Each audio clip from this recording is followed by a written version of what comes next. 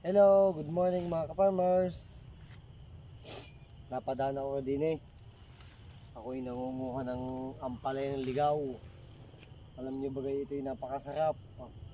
Lalo na panglagay sa munggo. Tapos may toyo. Ay anong sarap niya eh. Ang katas na rin ay igamot din sa sa sipon. Dahil bata pa ako'y pinipit-pit ko ng kutsarat. Sinasaing ko lang husay. Iniinom ko na.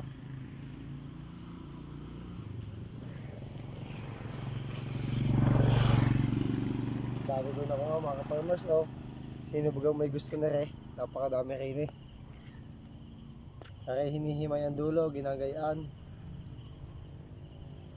Pwede nyo nang lutuin mga farmers. Tara. Lutuin na natin na eh. Have a nice day sa inyo lahat. Thank you for watching.